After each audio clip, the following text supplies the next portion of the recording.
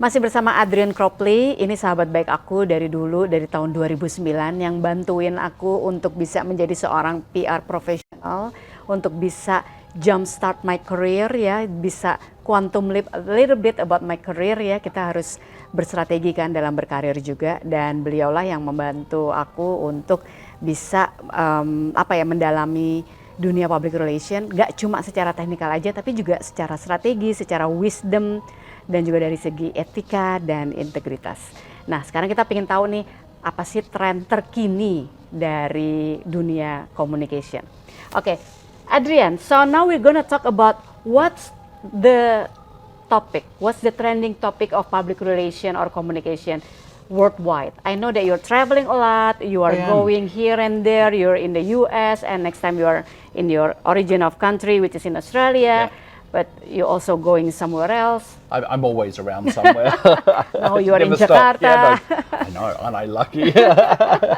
Okay. So, I mean, if we look at what's changing in the industry, and I don't think the art of what we do changes dramatically, because we're always about giving voice to organizations, managing the reputation, and so on.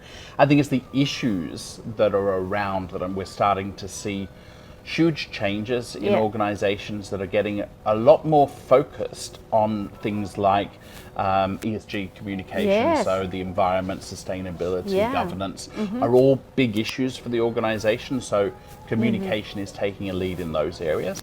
But also this reconnection of people. So COVID has given us obviously a different workplace, people working from home all over the place, and some organizations trying to get people back, and nobody wants to do this anymore.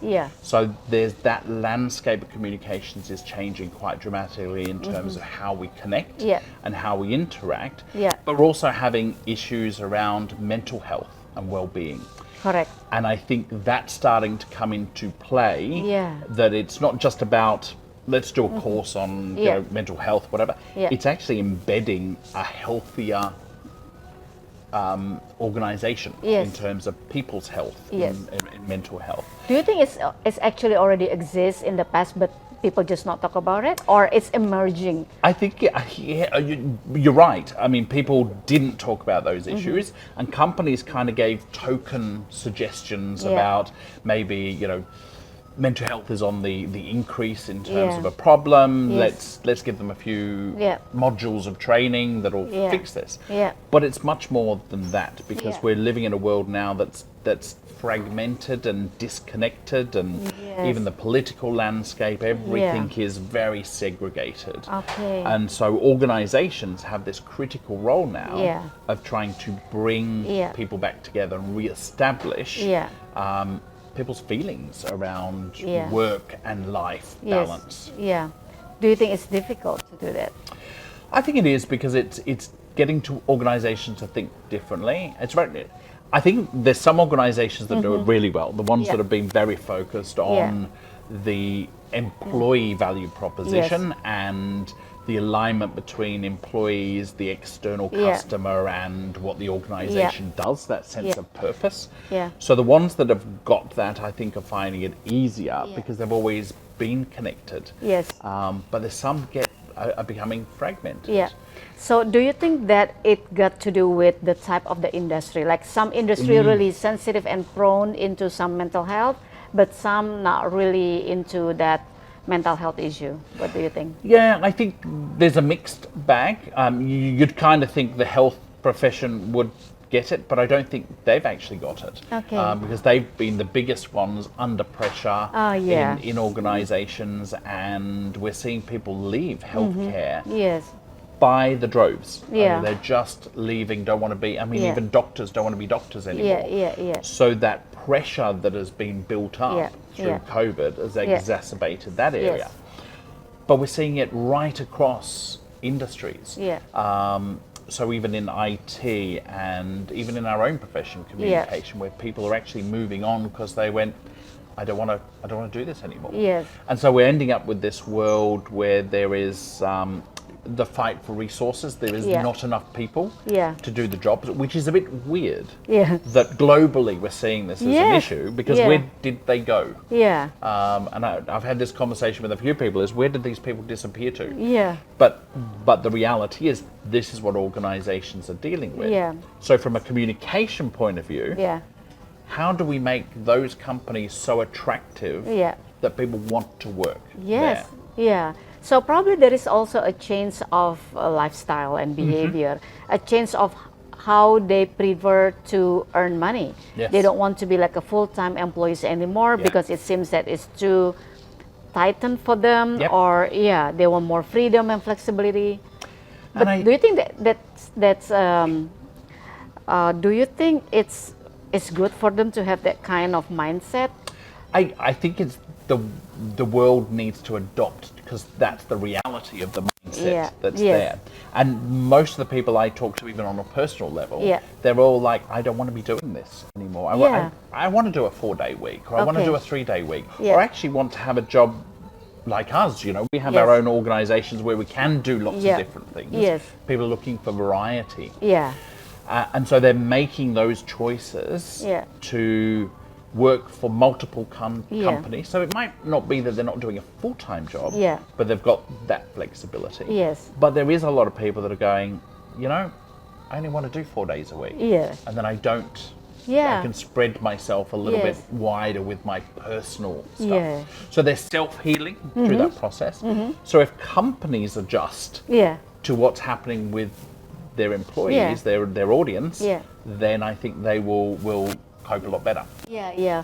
What I'm curious is that how that relates to the health of the profitability. And that's the big challenge. But profitability, I think we need to look at very differently Yes. in this day and age. Yeah. Because profitability is getting the maximum benefit out of everything you do. So whether Yeah. it's the processes, the systems, or Yes. the people. Yeah.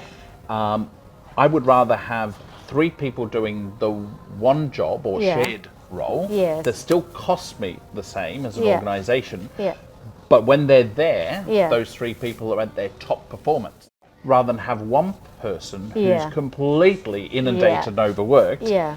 that is just not performing at Yes. their best. Yeah. So I'd rather have 2 hours of somebody Yeah. performing brilliantly Yeah. than 8 hours of somebody that's kind of, I don't want to be here. Yeah. Okay. So that's very interesting how we are shifting post-pandemic. Yeah.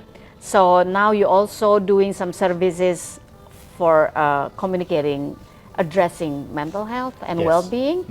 Okay. So is it a good business on that? Well, it's really interesting. I mean, even in my work at the Centre for Strategic Communication Excellence, we have now launched our first mental health retreat. And so it's called a live for communication and business Yeah, do it in professionals. Bali. I am actually planning to do it in Bali next year. Yeah. We've got our first one in a lovely place in Yeah. the country in Victoria in yeah. Australia. Yeah. And that's a 4-day program. Yeah. But we're going to do a week-long program. Okay. And what we're going to do is balance a little professional and career development Yeah. with mental health and physical well-being. Okay. So people will be doing things like yoga and nice. having massages Yeah. as well as Pilates. talking. Pilates. Well, we should try that one. Should we?